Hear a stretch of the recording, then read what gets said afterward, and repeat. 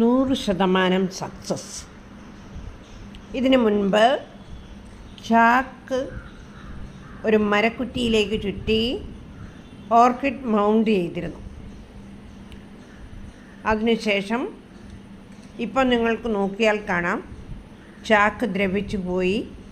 പക്ഷേ ഓർക്കിഡുകൾ നല്ലവണ്ണം വേരുപടലം വന്ന് 100% സക്സസ്സായിട്ട് ധാരാളം പൂങ്കുലകളും.